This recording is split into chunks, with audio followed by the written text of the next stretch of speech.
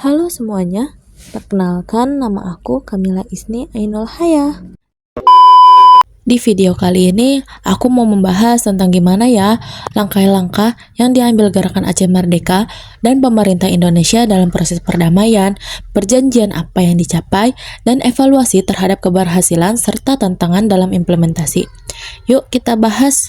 Selama bertahun-tahun, konflik bersenjata antara pemerintah Indonesia dan Gerakan Aceh Merdeka telah berlangsung menyebabkan banyak korban jiwa dan kerusakan infrastruktur. Namun, kesepakatan damai yang signifikan akhirnya dicapai berkat upaya diplomatik yang keras dan komitmen kedua belah pihak untuk mencapai solusi damai. Langkah-langkah dalam proses perdamaian yang dilakukan yaitu kedua belah pihak bernegosiasi dan berusaha untuk damai selama masa revolusi. Selama masa tersebut, pemerintah melakukan perundingan politik untuk menyelesaikan konflik Aceh. Deklarasi Dom Aceh dicabut dan Panglima ABRI, yaitu Jenderal Wiranto, meminta maaf atas tindakan TNI yang telah melakukan pelanggaran HAM di wilayah Aceh selama beberapa tahun terakhir. Nah, kalian ingat gak sih dengan tsunami Aceh? Nah, bencana alam tersebut tiba-tiba kan muncul ya di tengah upaya untuk menyelesaikan konflik di Aceh.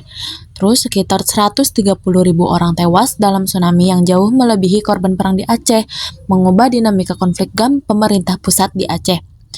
Hal tersebut meredakan konflik karena melihat banyaknya kerusakan dan kebutuhan rekonstruksi, sehingga pemerintah Indonesia dan GAM menyadari bahwa menemukan solusi damai sangat penting untuk menyelesaikan masalah yang lebih serius dan melahirkanlah perjanjian MOU Helsinki. MOU Helsinki adalah singkatan dari Memorandum of Understanding Helsinki. Ini adalah perjanjian perdamaian bersejarah antara pemerintah Republik Indonesia dan Gerakan Aceh Merdeka. Perjanjian ini ditandatangani pada tanggal 15 Agustus 2005 di Helsinki, Finlandia. Perjanjian ini berlangsung selama 5 putaran, dimulai pada 27 Januari 2005 dan berakhir pada 15 Agustus 2005. Perjanjian damai ditandatangani pada 15 Agustus 2005.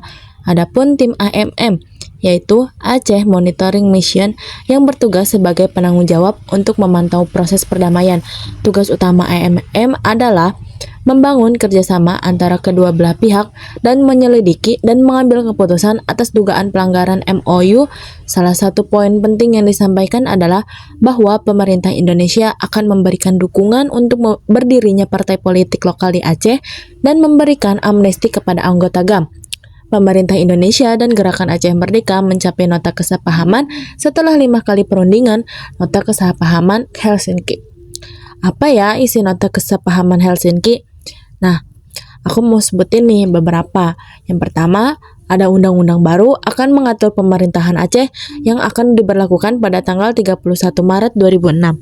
Kedua, pemerintah Indonesia memungkinkan berdirinya partai politik di Aceh dalam waktu 1 tahun sejak penandatanganan nota kesepahaman.